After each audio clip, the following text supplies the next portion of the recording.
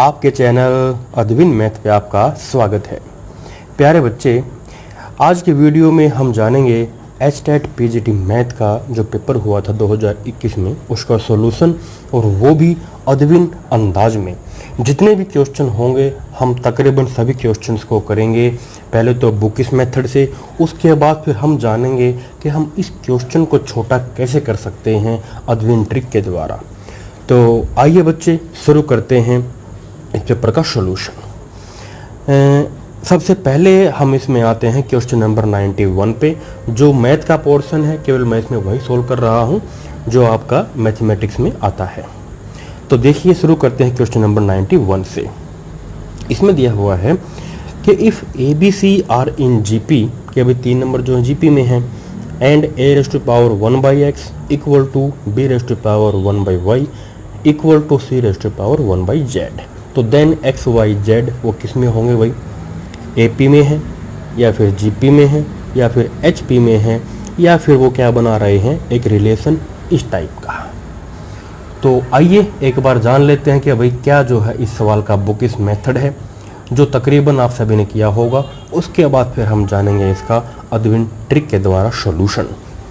तो देखो भाई, इसने ये दिया हुआ कि ABC अगर हमारे पास GP में है, जो ये लाइन है इसका देखो मीनिंग क्या बना।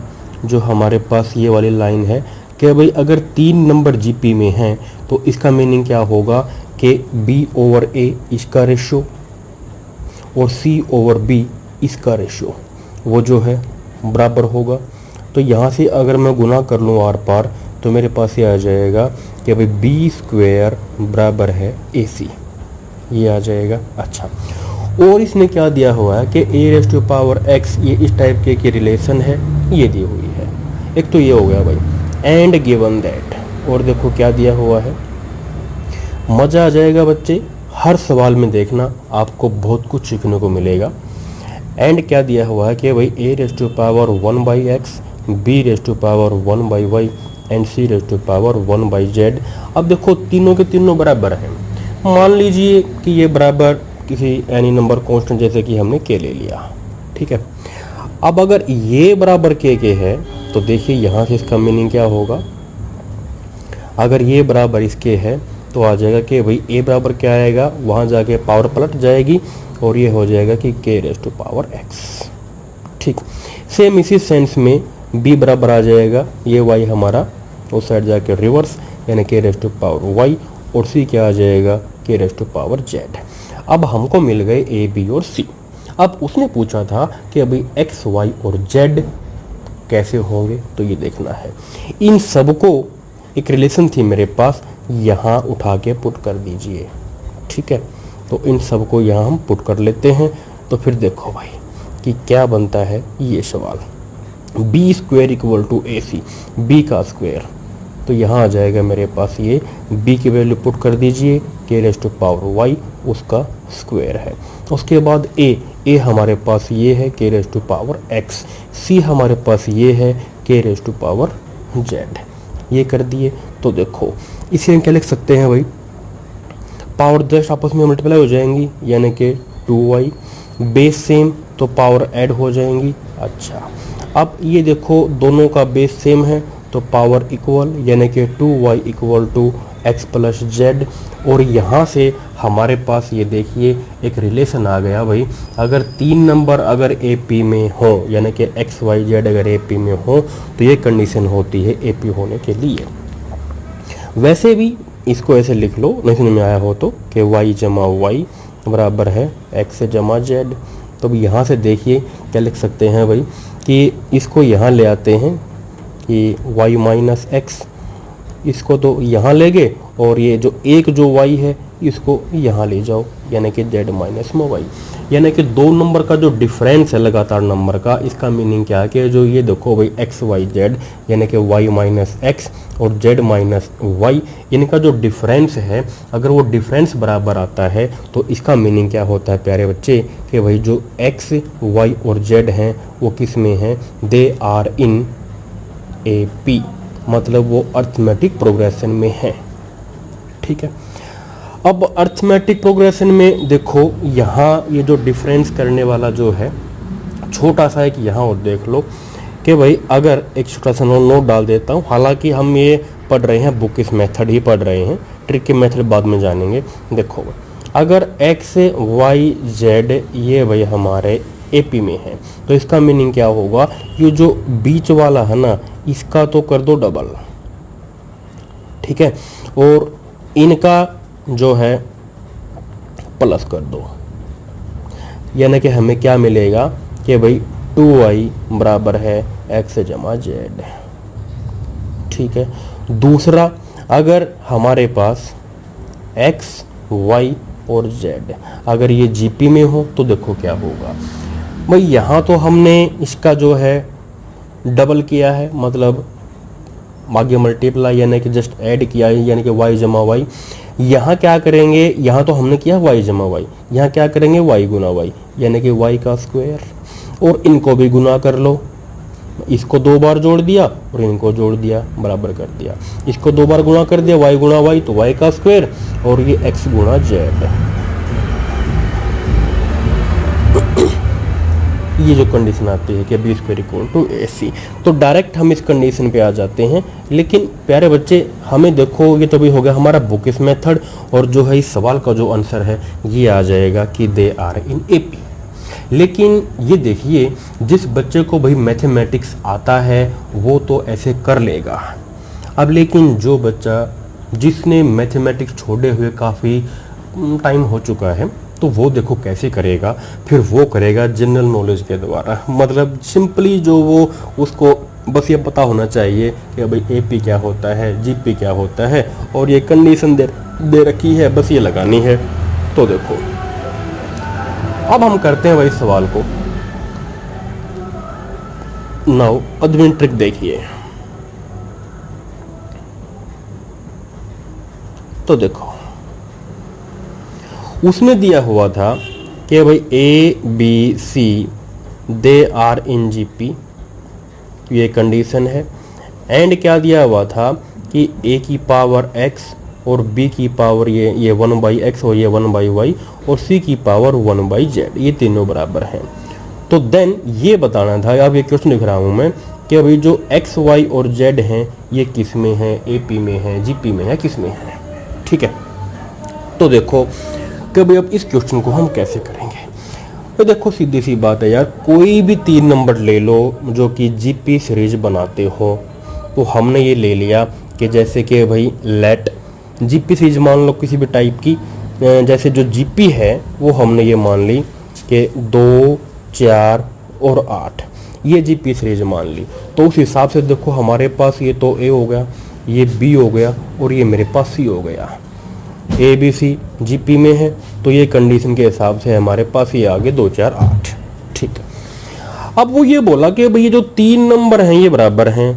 अब देखो 2, 4, 8 बराबर कब हो सकते हैं भाई, सीधी सी बात है, यहाँ 1/x 1/y 1/z ये कर रखा है। तो देखो इनको हम कैसे लिख सकते हैं भाई, ये देखो 2 को लिख दिया कि 2 की पावर 1, 4 को लिख दिया 2 की पावर 2, इसको लिख दिया हमने 2 की पावर 3। अब वो ये बोला कि ये तीनों के तीनों जो नंबर हैं बराबर हैं। बराबर कब होंगे, जब यहाँ पे क्या करूँगा मैं, इसकी पावर ये 1/1, इसकी पावर अगर 1/2 कर दूं और इसकी पावर 1/3 कर दूं, क्योंकि देखो 3 से 3 कटेगा, 2 से 2 कटेगा, 1 से 1, तो क्या आएगा 2 बराबर 2 बराबर 2, ऑल आर इक्वल। अब यहाँ देखिए उसने कहा था कि ये जो x y z जो कि नीचे हैं, अब देखो यहाँ हमारे पास क्या है भाई, है साफ दिख रहा है कि जो x है वो हमारे पास 1 है और जो y है वो मेरे पास यहाँ पे 2 है और जो z है वो मेरे पास 3 है। अब क्लियरली ये जो नंबर है हमारे पास किस में है, 1 2 3 दे आर इन AP, बस हो गया सोल्यूशन। तो इस प्रकार से जो है अदविन ट्रिक लगाइए और अपना कीमती समय बचाइए। उसके बाद फिर आते हैं हम, देखिए इसके अगले क्वेश्चन पे भाई, क्वेश्चन नंबर 92 पे आते हैं। तो देखो क्वेश्चन नंबर 92 ये पार्शियल डिफरेंशिएशन जो होता है उसका क्वेश्चन है 92। तो देखो यहाँ पे दिया हुआ कि भाई अगर u बराबर है कि function of x over y comma y और z comma z over x, तो देन x करली u और करली x प्लस करली u और करली y प्लस z करली u और करली z, ये इसकी वैल्यू क्या होगी ये बताना है भाई। तो एक बार देखते हैं कि जो इसका बुकिश मेथड है एक बार वो जान लेते हैं, उसके बाद जो इसकी अदविन ट्रिक होगी उसके द्वारा हम इस क्वेश्चन को करेंगे, मज़ा आ जाएगा बच्चे। तो एक बार देखिए भाई कि हम कैसे करेंगे। भाई हमें u दिया हुआ है, पहले तो क्या करो करली u और करली x निकाल लो, यानी कि भाई यहाँ से क्या करता हूँ मैं करली u और करली x निकाला, मतलब हम कर रहे हैं पार्शियल डेरिवेटिव केवल x के रिस्पेक्ट में। तो इसका हो जाएगा डेरिवेटिव, ये आ जाएगा f डैश और ये x और y कोमा y और z और ये z ओवर x, फंक्शन का तो हो गया। अब लगाइए चेन रूल, यानी कि अब जो इसके अंदर है उसका कर लीजिए डेरिवेटिव। हम कर रहे हैं x के रिस्पेक्ट में, तो बाकी जो भी हैं सबको मानो कांस्टेंट। तो इसका हो जाएगा भाई x का तो 1 और ये कांस्टेंट है, अच्छा ये तो कांस्टेंट है, इसका हो जाएगा 0। क्या बनेगा 1 बाई, ये क्या बनेगा x का हो जाएगा, इसका 1 बाई एक्स का हो जाएगा माइनस 1 बाई एक्स स्क्वायर, ये आ गया भाई। क्योंकि कितना बनेगा ऊपर जाके x की पावर -1 आगे आएगी, पावर में से 1 घटाओ तो -2 हो जाएगा और नीचे आ जाएगा इस टाइप से, ठीक है। तो ये कर लिया हमने इसका डेरिवेटिव x के रिस्पेक्ट में। उसके बाद बोला कि अब कीजिए y के रिस्पेक्ट में डेरिवेटिव, तो ये कर लिया भाई y के रिस्पेक्ट में आ जाएगा कि f डैश ये x over y over z और ये है भाई z ओवर x। अब हम कर रहे हैं इसका क्या डेरिवेटिव y के रिस्पेक्ट में पार्शियली, तो y के में कर रहे हैं तो देखो ये हो जाएगा मेरे पास यहाँ से minus x over y square, y के में कर रहे हैं तो y का हो जाएगा यहाँ पे 1 और ये z यूँ का ही जो कांस्टेंट माना जाएगा, ये भी कांस्टेंट ये भी कांस्टेंट, इसका हो जाएगा 0। मतलब जिसके रिस्पेक्ट में करेंगे केवल वही टर्म का करना है, बाकी जो भी नज़र आए आपको उसको मानना है कांस्टेंट, ठीक है बच्चे। अच्छा उसके बाद फिर आजा ये कहता है कि करली u और करली z पे आओ भाई, ये करली u और करली z सेम वही, इसका हमारे पास क्या हो जाएगा, ये हो जाएगा f डैश ये x over y over z और z ओवर x।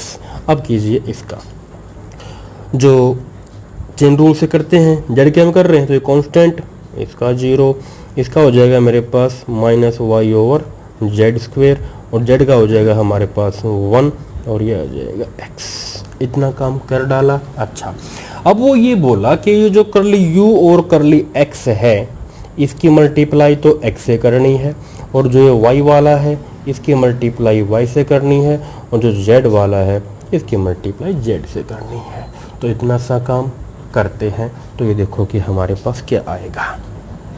फिर ये करके इसको फिर जोड़ भी देना है भाई। अच्छा तो चलो पहले एक बार कर लेते हैं मल्टीप्लाई, उसके बाद जो पूरा कर लेंगे बाद में जानेंगे इसकी अदविन ट्रिक। तो देखिए नाउ ये चाहता है निकालना कि x करली u और करली x, y करली u और करली y, z करली u और करली z। तो x से गुणा कर रहे हैं इस पूरे की, ये तो देखो सारा कांस्टेंट ही आ जाएगा, और सबको जोड़ भी रखा है। तो भाई इसको तो कॉमन ही निकाल लें, ये तो सॉरी ये कॉमन आ जाएगा, ये हमने बाहर निकाल लिया है जो कॉमन, ठीक है। इसके गुणा कर रहे हैं x से, तो x से गुणा हो गया हमारे पास ये आ जाएगा x और y 0 minus z over x, गुणा कर दी। अच्छा अब जोड़ रहे हैं तो जोड़ दिया। अब कर इसे गुणा किससे, y से, तो भी गुणा करते हैं y से, तो हमारा बार कॉमन निकल गया, तो आ जाएगा माइनस x ओवर y और ये y ओवर z और यहाँ पे 0 प्लस इसकी गुणा कर रखी z से, ये तो कॉमन आ चुका है, तो यहाँ पे आ जाएगा 0 और ये वाला z कट जाएगा जो गुणा करूँगा तो, और यहाँ हो जाएगा ये z बाई x। इतना सा काम कर डाला। अब ये देखिए कि हमारे पास क्या आता है भाई, f डैश इसको एक बार लिख लेते हैं, ये लीजिए लिख डाला। अब देखो x जमा y और ये जोड़ूंगा और ये तो 0 आ गया। उसके बाद 0 ये y ओवर z प्लस ये किया तो ये भी कट के 0, माइनस z ओवर x 0 और प्लस ये माइनस प्लस ये भी कट गए तो ये भी 0 आया वही। अब ये देखो 0 into this completely equal to 0, तो ये जो इस सवाल का आंसर हो जाएगा। अब ये देखिए प्यारे बच्चे, ये जो है हमारे पास इस सवाल का बुकिश मेथड है। कैसा मेथड है इसका? बुकिश मेथड है। अब हम जानेंगे इसकी अदविन ट्रिक। तो देखो अब करते हैं इसको अदविन ट्रिक के द्वारा। भाई उसने दिया हुआ था कि फंक्शन है कोई भी x और y, y और z और x का, भाई एनी फंक्शन है। फंक्शन होना चाहिए इस टाइप का। तो एल्जेब्रिक फंक्शन, एल्जेब्रिक क्या होगा भाई? या तो वो हमारा जैसे एल्जेब्रिक में या तो ले लो एडिटिव या ले लो मल्टीप्लिकेटिव। एडिटिव लूँगा तो थोड़ा छोटा हो जाएगा, अगर लूँगा इस टाइप का मल्टीप्लिकेटिव तो वो भी छोटा हो जाएगा। चलो पहले हम ले लेते हैं इसको। हमने मान लिया कि लेट हमारे पास जो फंक्शन है वो एल्जेब्रिक फंक्शन है और एडिटिव है, ये ले लिया, बस ख़त्म। ये ले लिया कि लेट जो फंक्शन है वो हमारे पास एडिटिव और एल्जेब्रिक है। ठीक है, तो देखो यानी कि जो u दिया हुआ है, जो u है वो इस टाइप का है भाई कि एडिटिव है। हमारे पास ये 3 थे y और z, वो मतलब एनी फंक्शन इस टाइप का। एडिटिव कर लो यार, ये ले लो, ये ले लिया हमने इस टाइप का। अब वो बोला, जैसे वो बोला वो निकालना है कि भाई करली u और करली x निकालो। तो करली u और करली x निकालते हैं। तो देखो यहाँ से क्या आएगा, करली u और करली x के मैं कर रहा हूँ तो यहाँ पे ये 1/y, बाकी सब क्या होंगे, कॉन्स्टेंट माने जाएंगे। तो x के हम कर रहे हैं केवल, तो इसका 0, इसका क्या हो जाएगा हमारे पास, अब ये हो जाएगा minus z over X square. Derivative आ गया इसका, 1/x का माइनस 1/x स्क्वायर। अब निकाल लो भाई y के रिस्पेक्ट में, तो y के में क्या हो जाएगा, बाकी सब मानो कांस्टेंट x और z जो भी हैं। तो y के में करूँगा तो यहाँ हो जाएगा मेरे पास minus X over Y square, यहाँ हो जाएगा मेरे पास 1/z, इसका आ जाएगा 0 क्योंकि तो z और x है। अच्छा, अब उसने बताया था कि अब कर ली और कर ली z का भी निकाल, z की में भी कर लो। तो z के रिस्पेक्ट में इसका 0, z के रिस्पेक्ट में y ओवर z स्क्वायर, और इसका जो है मेरे पास आ जाएगा z के रिस्पेक्ट में 1/x। इतना काम भी हो गया। अब उसने क्या बताया, वो बोला कि भाई इसकी गुणा x से, इसकी y से और इसकी z से, इतना काम भी कर लो। तो देखो अब नाउ दिस इम्प्लाई, इसकी मल्टीप्लाई चाहता कि x से करनी, तो ये x कर ली u और कर ली x। तो करो भाई, x से करूँगा तो मेरे पास ये आ जाएगा x और y, यहाँ ये 0 है माइनस z ओवर x। ठीक है, इसकी वो कहता है कि y से कर लो, तो ये कर ली u ओवर कर ली y, यहाँ करेंगे भाई तो माइनस एक्स ओवर y, यहाँ क्या आ जाएगा मेरे पास ये y/z और यहाँ आ जाएगा 0। अच्छा, अब यहाँ आते हैं तो देखो इसे कहता है z से करो, तो z से कर ली u ओवर कर ली z, यहाँ मेरे पास 0 है तो माइनस y/z, यहाँ क्या आ जाएगा, z से कर रहे हैं तो आ जाएगा z/x। अब बोला कि इनको जोड़ भी दो, क्या बोला वो, इनको जोड़ भी दो। ये देखो जोड़ रखे हैं, तो ये लो जोड़ूंगा तो देखो हमारे पास क्या आएगा भाई, जोड़ दो। नाउ ऐड कर लेते हैं, तो देखो ऐड होगा तो क्या होगा, इससे ये कट जाएगा, इससे ये कट जाएगा z और x से, और y/z से ये, क्योंकि प्लस माइनस है सारे के सारे, तो ये इसका जो आंसर 0 ही आएगा। ये लो भाई, ये हो गया इसका ट्रिकी मेथड। ठीक, तो और भी सुपर फास्ट अगर करना है तो और देख लो भाई। उसने बोला था कि हमारे पास ये फंक्शन है इस टाइप का, हमने अब लिया है एडिटिव, अब के बाद ले लो मल्टीप्लिकेटिव, इनके बीच में को लगा दो ऑपरेशन। ये ऑपरेशन दो ही होते हैं, या तो एडिटिव होता है या कैसा होता है ऑपरेशन हमारा मल्टीप्लिकेटिव होता है। तो इनमें गुणा कर लो, तो देखो फिर तीसरा मेथड भी देख ले, वो तो बहुत सुपर फास्ट है। ये थर्ड देख ले, थर्ड मेथड। यू हमारे पास क्या देखो फंक्शन इस टाइप का था भाई कि ये x और y, ये y ओवर z और z ओवर x। ऑपरेशन हमने लगा दिया मल्टीप्लिकेटिव का, ये लो। अब देखो x से x कट गया, z से z, y से y, तो u मेरे पास केवल 1 आया। अगर u हमारे पास केवल कांस्टेंट आया प्यारे बच्चे, तो अब देख भाई, करली u और करली x 0, करली u और करली y करेगा तो वो भी 0, करली u और करली z करेगा तो वो भी हमारे पास 0 ही आएगा। अच्छा, इनको जोड़ेगा तो देखिए हमारे पास ही आ जाएगा, ठीक है, इसका आंसर 0 ही आ जाएगा।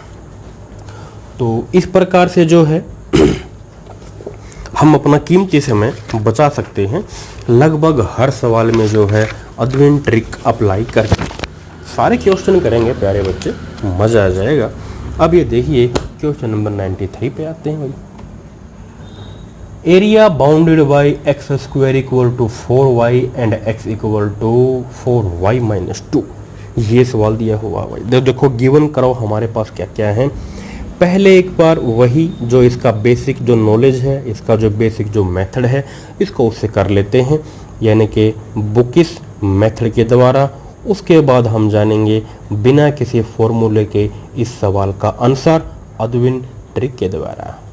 तो देखो भाई, गिवन करो हमें ये दे रखे हैं भाई, एक तो ये है पैराबोला है और एक ये लाइन है भाई। एक तो ये दे रखा है कि x square equal to 4y, ये मान लीजिए अपना पहला, और एक क्या दिया हुआ है हमको कि x equal to 4y minus 2, ये मान दूसरे समीकरण जो है इक्वेशन। नाउ सोल्विंग 1 एंड 2, एक और दो को जो है सोल्व कर लेते हैं। सोल्विंग 1 एंड 2 सोल्व करो भाई। तो ये देखो यहाँ से 4y कितना आ जाएगा, x जमा 2, यहाँ पुट कर लेंगे उसको बस, तो आ जाएगा मेरे पास भाई x जमा 2, ये 4y की जगह पुट कर दी हमने वैल्यू, और ये बराबर क्या आ जाएगा x स्क्वायर। 4y का मान पुट कर दिया हमने यहाँ, सीधी सी बात है। अब इसको मैं यहाँ ले आता हूँ कि अभी X square minus X minus 2 is equals to 0। Quadratic equation आ चुकी है मेरे पास, ये इसके सॉल्यूशन हो जाएंगे। फैक्टर कितने हो जाएंगे इसके, यानी कि x माइनस 2 और x प्लस 1, ठीक है।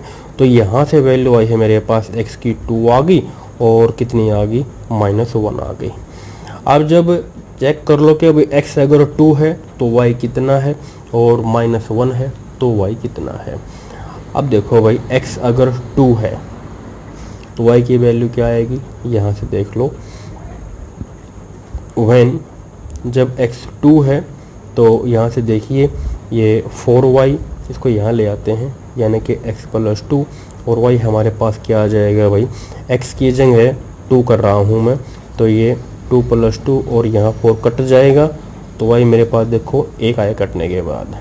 और व्हेन जब x इक्वल टू माइनस 1 है तो देखिए फिर क्या आता है भाई कि 4y और x की जगह जो है माइनस 1 प्लस 2, तो y का मान हमारे पास क्या आया, यह आ जाएगा 1, भागो कितना आएगा 1/4, ये आ गया इतना। तो कहने का मतलब क्या है, अब देखो कि ये हमारे पास जो है पैराबोला है इस टाइप का कि x square equal to 4y। अब देखो इक्वल 4y है, यानी कि y एक्सिस पे बनेगा, तो y पे बना लेते हैं, इस टाइप का है ये, मतलब इक्वल टू y है। अगर होता है इक्वल टू माइनस y तब बनता नीचे की तरफ, अब है इक्वल टू y, इसमें देखो y पॉजिटिव है तो बनेगा y के ऊपर, ये बना लिया इस टाइप का हमने एक पैराबोला जो कि सेंटर से पास होता हुआ जा रहा है, ये बन गया पैराबोला। अब एक लाइन है, तो लाइन के लिए देखो उसने कहा था कि जब x इक्वल टू 2 है तो y 1 है, जैसे कि यहाँ पे 1 यहाँ पे 2, जब x हमारे पास इक्वल टू 2 है तो y की जो वैल्यू है वो 1, जैसे कि ये यहाँ मान लीजिए y है, ये 1 है यहाँ पे y, तो ये कट के ये यहाँ से काटेगा, ठीक है, ये पॉइंट आ गए। तो भाई ये आ गया 2 और 1। उसके बाद कहता है कि जब x इक्वल टू माइनस 1 है, तो जब माइनस 1 है तो इस साइड आ जाओ, ये जैसे कि ये x इक्वल टू 1 और ये 2x इक्वल टू माइनस 1 यहाँ आ जाएगा। ये x होती है x axis and this is y axis ऊपर की तरफ। कहता है कि -1, जब x -1 तो y 1/4 है, यानी कि ये तो 1 हो गया, यहाँ उसका आधा, यहाँ आधे का भी आधा, यानी कि यहाँ जो हमारी y कितनी 1/4। तो इनको मिला लो, यहाँ पॉइंट आ गया ये इस तरफ। अब ये दो पॉइंट मिलाएंगे तो हमारे पास बन जाएगी रेखा की शमी, ये लाइन, ये एक लाइन आ जाएगी हमारे पास। दो बिंदु मिलाएंगे, जैसे दो बिंदु मिलाए हमारे पास आ गई रेखा। क्या आ गई बच्चे? रेखा, लाइन आ गई। अब वो कहता था कि एरिया बाउंड बाय दिस, ये जो पैराबोला है, एंड द लाइन दिस, यानी कि इनके द्वारा जो एरिया बाउंड हुआ है वो एरिया कितना है, ये हमने याद करना है।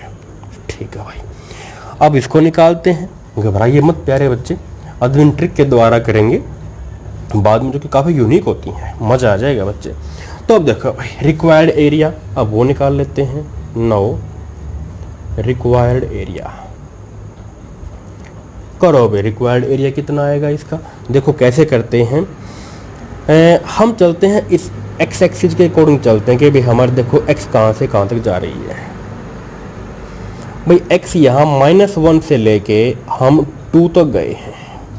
कहाँ तक गए हैं? -1 से लेके 2 तक गए हैं। तो जो x है वो हमारा -1 से लेके हम गए हैं 2 तक। ठीक है, अब x में कर रहे हैं हम तो इसका, तो यहाँ आएगा dx, क्योंकि इंटीग्रेशन x के रिस्पेक्ट में चल रहा है तो dx। अब देखो यहाँ क्या आ जाएगा y, यानी कि upper curve minus lower curve. Upper curve क्या है? लाइन का है, वो है y हमारा लाइन का, फिर माइनस y किसका आएगा? हमारे देखो पैराबोला का, नीचे की तरफ वो आ जाएगा पैराबोला की लाइन। x की लिमिट है तो बीच यहाँ क्या आएगा? x ही आएगा, यानी कि dx। इतना सा काम कर दिया तो बस भाई, आगे तो कुछ भी नहीं इसमें, यानी कि -1 और ये 2। लिमिट y निकालो लाइन का, कितना इसका y का लाइन, ये y यहाँ से निकालो तो x+2, और ये नीचे आगे हो जाएगा डिवाइड में, तो यहाँ से आ गया मेरे पास ये x+2/4। लाइन की y आ गई। अब निकालो y किसकी? पैराबोला की, तो यहाँ से आ जाएगा भाई, इसको डिवाइड कर देंगे तो आ जाएगा मेरे पास x²/4। बस अब लिमिट लगा दो, ये सॉरी ये इंटू dx। अब कर लेते हैं इसका इंटीग्रेशन। तो देखो अलग अलग, 1/4 को तो बाहर ही निकाल लो ये हमने बाहर निकाला 1/4, तो इसका हो जाएगा इंटीग्रेशन हमारे पास क्या है भाई कि x²/2, और 2 का हमारे पास क्या आ जाएगा? इसका आ जाएगा 2x। इसका हो जाएगा हमारे पास क्या? x³/3। मतलब पावर में एक ऐड करो, वही डिवाइड करो। उसके बाद क्या लिमिट लगा दो, ये x की -1 से लेके ये 2 तक है। लगाते कैसे हैं? Upper limit minus lower limit, x की जगह पुट करना होता है। अब जैसे ही आप इसमें पुट करेंगे upper limit then lower limit, आप इसको सोल्व कर लोगे। ठीक है, x की जगह पुट करना है जस्ट, उसके बाद देन माइनस लोअर लिमिट। तो ये जो है मेरे पास आ जाएगा, सोल्व कर लेना क्योंकि टाइम ज़्यादा कंज्यूम हो रहा है, ये आ जाएगा 9/8। ठीक है भाई, तो ये तो जो है इसका हो गया बुक इस मेथड। अब इसका हम करते हैं अद्विन ट्रिक के द्वारा सॉल्यूशन। तो देख बच्चे, अद्विन ट्रिक क्या कहती है, इस प्रकार के जो सवाल होते हैं जो कि कट होते हैं पैराबोला के द्वारा और एक लाइन जिसमें कांस्टेंट होता है उसके द्वारा। तो देखो भाई हमारे पास क्या है, हमारे पास ये दे रखा था कि एरिया बाउंड बाई, चलो यहाँ लिख लेता हूँ, हमें ये दिया हुआ है कि area bound by x² = 4y and x = 4y - 2। इनके द्वारा जो एरिया बाउंड हुआ है वो निकालना है। तो देखो कैसे करेंगे भाई, एक तो ये दिया हुआ है मेरे पास कि x² = 4y। अब ये जो y है y पे आ जाओ कि देखो y कितना है भाई, y कितना है, यहाँ से निकल जाएगा y कि x+2/4, y हमारा यहाँ से आ जाएगा। अब देखो कि y जो है वो कितना है, वो है कि x+2 और ये /4 कर रखा है, तो ये /4 और /4। ठीक है, इतना काम कर दिया हमने। ठीक है, अब देखो सीधी सी बात है भाई, यहाँ देखो इसमें स्क्वायर है, तो यहाँ हमारे पास जो टर्म होगी इसका स्क्वायर कर लो। ये ट्रिक है जो कि बहुत काम की चीज़ है, अदरवाइज जो फार्मूले होते हैं अनाप शनाप वो आपको याद नहीं होंगे। ठीक है, तो देखो यहाँ ये जो कांस्टेंट देखो स्क्वायर है, तो यहाँ जो नंबर है ना ये इसका स्क्वायर कर लो भाई। तो इसका जो हम निकालते हैं एरिया, जल्दी आएगा। इसका फिर कितना आएगा हमारे पास 4 चौका 16। अच्छा, अब इसका तो हो गया भाई स्क्वायर, ये तो स्क्वायर वाला है। अब जो बच गया ना, यहाँ जो नंबर बचा हुआ है इसका हमने करना है क्यूब। क्या करना है इसका हमने क्यूब, तो क्यूब कर लो भाई। 4 चौका 16 चौका 64, इतना सा काम कर दिया। अच्छा, अब इतना सा काम करने के बाद फिर आपको देखो क्या करना है। तो हर सवाल में जो इस टाइप का हो कि भाई एक पैराबोला हो और एक हमारे पास लाइन की इक्वेशन जिसमें यहाँ पे कांस्टेंट दिया हुआ हो। अगर यहाँ कांस्टेंट नहीं है तो उसका तरीका दूसरा होता है। तो देखो अब इतना काम करने के बाद इस पूरे को हम गुणा कर देते हैं। जस्ट यही याद रखना है आपको कि इसको हम गुणा करेंगे 9/2 से। बस इतना काम कर दिया कि यहाँ जो नंबर उसका स्क्वायर करो, इसका क्यूब करो, देन मल्टीप्लाई बाय 9/2, आंसर आ जाएगा। ये हर सवाल में होगा, जैसा भी क्वेश्चन हमारा इस टाइप का होगा। तो देखिए 16 चौका 64, 4 दूनी 8, कितना आया बच्चे 9/8, और ये जो है सवाल का आंसर आ जाएगा। ये लीजिए। तो जो है एरिया अंडर द कर्व को हम पूरे चैप्टर को बिना इंटीग्रेशन सोल्व किए भी कर सकते हैं, बिना अपना समय गवाए भी हल कर सकते हैं। बहुत ही आसान तरीके होते हैं अगर आप अद्विन ट्रिक फॉलो करते हो तो। उसके बाद फिर देखिए प्यारे बच्चे, हम आते हैं क्वेश्चन नंबर 94 पे भाई। अब ये तो अपने आप में एक फैक्ट है, इसका क्या सॉल्यूशन बताएं भाई। कहता है कि generator of the group Z+R additive group है। तो देखो जनरेटर की जो कॉन्सेप्ट होती है वो होती है हमारे साइक्लिक ग्रुप में, यानी कि उस ग्रुप के सभी एलिमेंट किन से मिलके बने हुए होते हैं, कौन उनका जनरेटर है, कौन उनका उत्पादक है, सारे एलिमेंट का लिंक किस एलिमेंट के साथ है। तो ये जस्ट एक फैक्ट है, आप इसको याद रख सकते हो कि भाई -1 and 1 are the generator of the group Z+ वाले के। ठीक है, तो इसका तो कुछ सॉल्यूशन हो ही नहीं सकता, ये तो जस्ट एक जो है फैक्ट था जिसको हमने जान लिया। उसके बाद फिर देखिए क्वेश्चन आते हैं भाई 95 पे। अब भाई ये देखो क्वेश्चन है इंटीग्रेशन का। अब इंटीग्रेशन में भी जो है बच्चे काफ़ी टाइम ख़राब करते हैं। इसका जो है बुकिश मेथड होता है उसको फॉलो करते हैं। अब यहाँ भी हम जो है कि अपना टाइम कैसे बचा सकते हैं उन चीज़ों को जानेंगे भाई। तो देखो 95 पे आओ कि यहाँ कैसे अपना हमें कीमती समय बचाना है। तो देखिए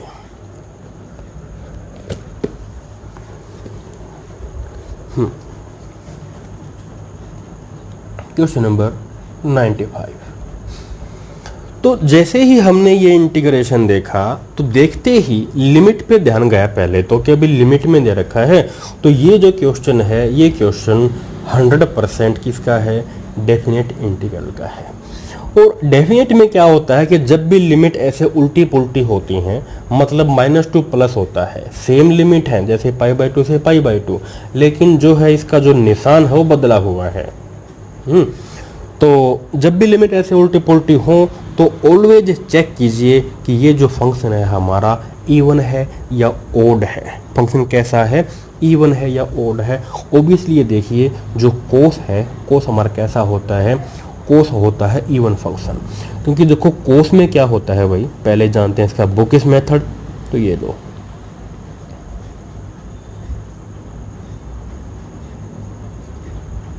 नाउ, क्योंकि देखो जो कोस है अगर मैं x की जगह है -x कर दूं, बच्चा बच्चा जानता है इसकी वैल्यू तो हमारे पास पॉजिटिव ही होती है।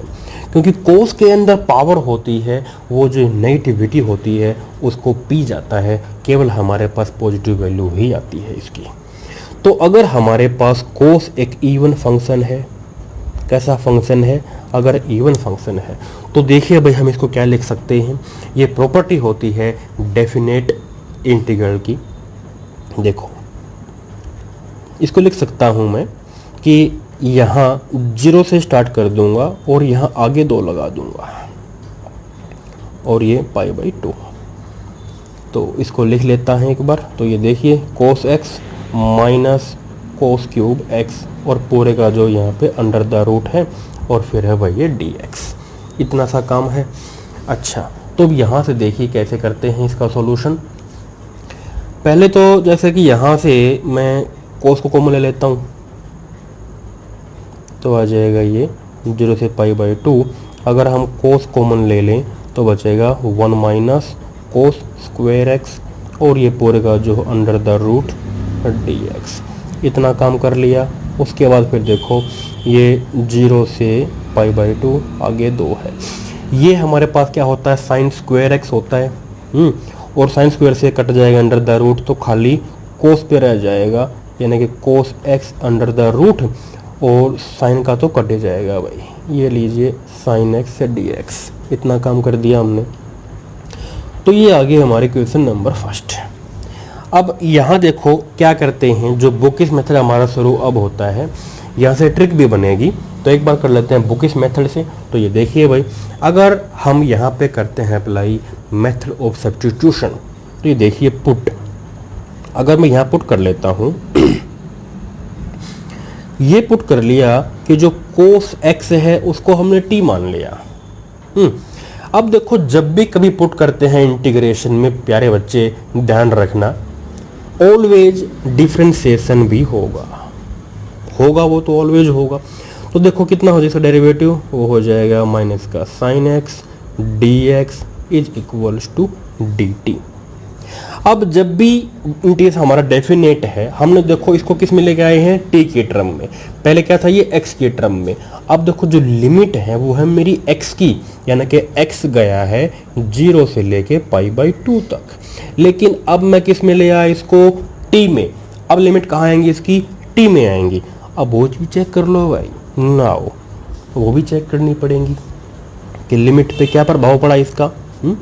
कि जब x मेरे पास 0 है तो देखो cos 0 1 होता है, तो जो t की वैल्यू मेरे पास 1 आई भाई, क्योंकि cos 0 तो 1 हो गया। अच्छा, दूसरा क्या है कि जब x जो है मेरे पास अगर π/2 है लिमिट, तो t कितना होगा भाई, यहाँ करो cos π/2, बोलो बोलो कितना होगा प्यारे बच्चे, 0 होता है। तो ये लो लिमिट भी हो गई। इतना सा काम हो गया। तो अब देखो हमारे पास ये कितना बन जाएगा, ये बन जाएगा, 2 तो आगे लिखा ही हुआ है। तो देखो x इक्वल टू 0, तो यहाँ पे क्या जाएगा, 1 आएगा और ये कितना आएगा हमारे पास, 0 आ जाएगा। लिमिट अब कहाँ चल रही है, t में चल रही है, यानी कि t इक्वल टू 1 से लेके 0 तक। और देखो भाई कोस को हमने पुट कर लिया था t, ये t जो है ठीक है इसका under the root sine x dx। हाँ, ये हमारे पास, इसको वहाँ ले आओ माइनस को, तो क्या आ जाएगा माइनस dt।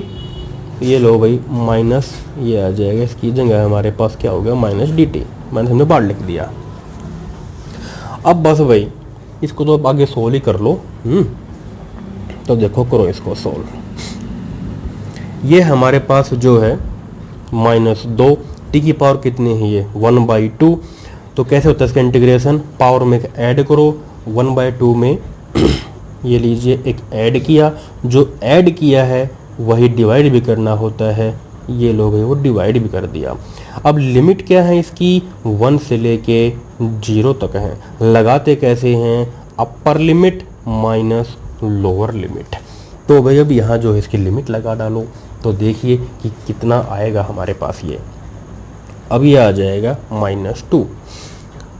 तो ये देखिए t की पावर तो कितनी है, ये चलो एक बार लिख ही लो, t की पावर कितनी है, 3/2 है। नीचे हमारे पास क्या है, ये 3/2। उसको ऊपर लाके पलट जाएगा, कितना हो जाएगा 2/3।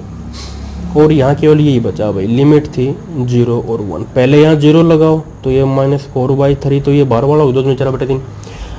0 t की जगह 0, ये लो 0, फिर माइनस, अब यहाँ 1 लगाओ तो ये ले 1 लगा दिया, माइनस ये तो 0 और माइनस माइनस प्लस, ये आ जाएगा 4/3 जो है, ये इस सवाल का आंसर आ जाएगा।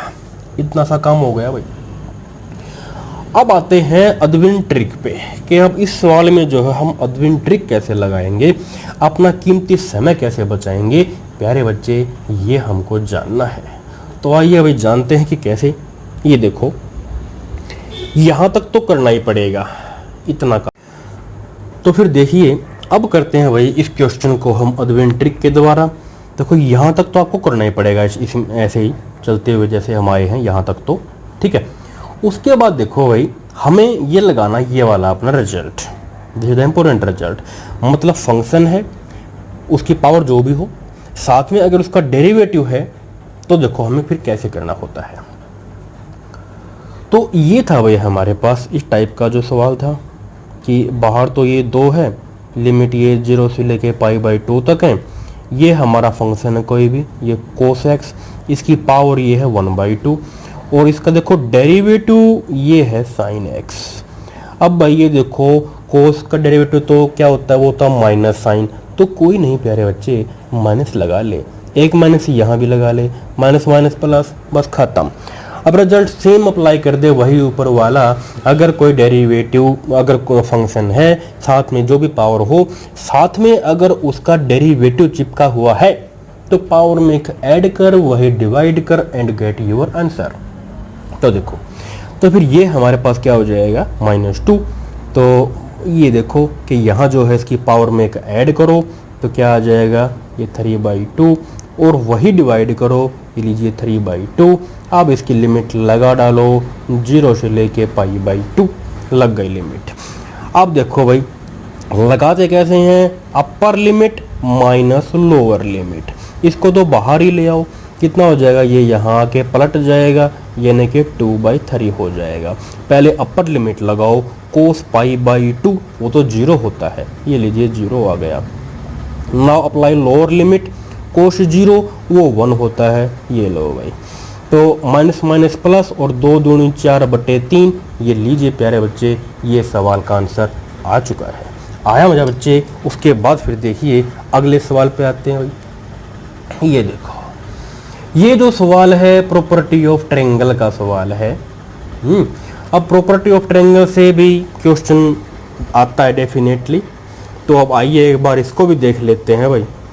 तो देखो अब पहले एक बार इसकी जो मतलब बुकिश मेथड होगा एक बार वो जान लेते हैं, उसके बाद जो सॉल्यूशन तो भाई ट्रिक के द्वारा तो हम करेंगे। तो देखो पहले जान लेते हैं एक बार इसका बुकिश मेथड। तो देखो नाउ बुकिश मेथड,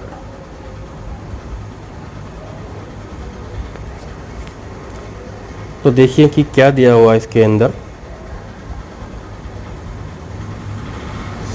कहता है कि in a triangle ABC angle ABC are in AP, क्या भाई जो एंगल हैं वो हमारे पास जो है AP में है। अच्छा तो भाई AP के एंगल दे रखे हैं और कहता है कि B/C का जो रेशियो वो √3:2 है, तो देन एंगल A कितना होगा। ठीक, तो ये लो इन ए ट्रायंगल ABC, कोई भी ट्रायंगल ले लिया हमने कि जैसे ये कोई ट्रायंगल किसी भी टाइप की, एंगल्स आर इन AP, तो एंगल जैसे कि अगर ये मेरे पास A है, ये B है और ये C है, तो जो एंगल A है अगर ये हमने A मान लिया AP में है तो ये कर लो भाई A+D, अगले फिर D जोड़ दो तो A+2D, एंगल AP में है तो ये आ जाएगा सिंस कि जो एंगल्स जो हैं एंगल्स आर इन AP, तो हमने ये ले लिए कि एंगल जो है हमारे पास एक A है, A में जोड़ दिया इसका कॉमन डिफरेंस, उसमें फिर D जोड़ दिया तो A+2D। अब ये जो एंगल हैं किसके हैं, ट्रायंगल के एंगल हैं। अब प्यारे बच्चे ये हम जानते हैं कि एक ट्रायंगल का जो एंगल का सम होता है, तीनों कोणों का जो सम होता है वो 180 होता है। तो बस अब वही प्रॉपर्टी जो लगाते हैं हम 9वीं क्लास से, जोड़ दो सबको कि A+D प्लस A+2D, ये लो भाई ये ले लिए, इनका जो जोड़ होगा वो 180 होगा। तो देखिए यहाँ से A कितने हो गए, 3A हो गए, और ये मेरे पास हो गया भाई 3D, ये बराबर आ गया 180। 3 से जो थ्रू आउट ये कट जाएगा तो आएगा यानी कि A+D = 60। अब ये A+D हमारे पास क्या था, देखो एंगल B था, तो इसका मीनिंग मेरे पास क्या है बच्चे, कोण जो बी है वो हमारे पास आ चुका 60 डिग्री। अच्छा, ये तो हो गया इतना सा काम। अब देखो उसने और क्या बोला, और वो ये बोला था and given that, and G T, and given that कि B/C का जो रेशियो है वो ये है भाई। अच्छा, कि जो B/C यानी कि B/C वो हमारे पास क्या है, √3/√2। अच्छा, अब देखो साइन रूल क्या कहता है, यानी कि ये जो B है, B के सामने जो एंगल, अब देखो A के सामने साइड क्या होती है, वो छोटी a मानी जाती है, और B के सामने जो साइड हम क्या लेते हैं, B लेते हैं, और C के सामने साइड हमारी ये स्मॉल c होती है। ठीक है, अब ये B/C, देखो B के सामने एक एंगल B है, तो ये हमारे पास क्या आ जाएगा साइन रूल से, साइन B। C के सामने हमारे पास क्या है भाई, ये कैपिटल, तो ये आ जाएगा साइन C, यानी कि साइन B/sin C ये हमको दे रखा था। तो अब ये देखो कि जो एंगल B है यहाँ से हमारे पास वो 60 डिग्री आ चुका है, तो इसको वहाँ पुट कर डालो, इसको वहाँ पुट कर डालो, तो देखिए हमारे पास ये आ जाएगा कि √3/√2 और साइन लिख लो साइन 60 बाई यहाँ पे साइन C। तो अब ये देखो भाई, ये है √3/√2, साइन 60 की वैल्यू होती है, वो होती है √3/2। कितनी होती है, √3/2, और यहाँ आ गया मेरे पास ये साइन C। अब साइन C को तो यहाँ ले, और ये हमारा वहाँ जाके गुणा हो जाएगा। तो अब यहाँ से आ जाएगा हमारे पास ये कि साइन C, ये को यहाँ ले आए, और वहाँ मेरे पास क्या है √3/2, वहाँ जाके पलट जाएगा, तो हो जाएगा और इससे ये कट जाएगा। It can write like this, ये क्या लिख सकता हूँ मैं इसको, √2 × √2, ऐसा हो जाएगा ना ये, यानी कि दिस इज √2 × √2। उससे कि ये कट जाएगा, तो खाली क्या बचेगा 1/√2। अब ये देखो भाई कि साइन C 1/√2 है, इसका मतलब क्या है कि जो C हमारा जो एंगल है वो 45 डिग्री है, क्योंकि साइन की वैल्यू कब होती है, ये 1/√2 45 डिग्री पे होती है। ठीक है भाई, अब ये देखो कि एक ट्रायंगल के अंदर हमको ये देखो B एंगल मिल चुका है, ये 60 डिग्री का है। कितना है, ये 60 डिग्री का है। एंगल C मिल चुका है, ये कितना है, 45 डिग्री का है। अब एंगल A निकालना है, तो अब इन ए ट्रायंगल ABC, अब ये देखो भाई कि इन ट्रायंगल ABC ये हम जानते हैं कि कोण A जमा कोण B जमा कोण C ये 180 होता है। अब ये होता है, तो देखो बस A निकालना था हमको कि then the find the value of angle A, तो एंगल A निकलेंगे, तो देखो A हमारे पास निकालना है। अब ये है B, कोण B की जो वैल्यू है वो हमारे पास 60 डिग्री है, कोण C हमारे पास ये 45 डिग्री, ये बराबर 180 डिग्री। तो इसको सोल्व कर लेगा बच्चे, वेरी गुड। ये कितना आएगा भाई 105, वहाँ जाके ये घट जाएगा, तो कितना बचेगा 75 डिग्री, और ये जो इस सवाल का आंसर आ जाएगा ऑप्शन नंबर A 1। तो भाई ये तो हो गया इसका बुकिश मेथड।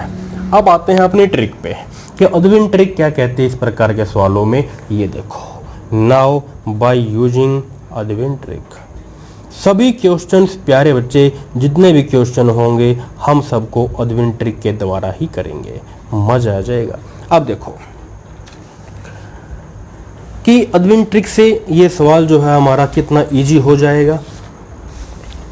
हमें ये दिया हुआ कि भाई इन ए ट्रायंगल हमारे पास ये जो है ये रेशो दिया हुआ है कि B/C का ये √3/2 है, और एंगल जो है वो AP में है। अच्छा, ये दिया हुआ कि B/C √3/2, ध्यान देना जो मैं बताऊंगा इस बात को नोट कर लेना कि एंगल ये जो साइड का जो रेशो है B/C ये दिया हुआ है उसने √3/√2 ये दिया हुआ है।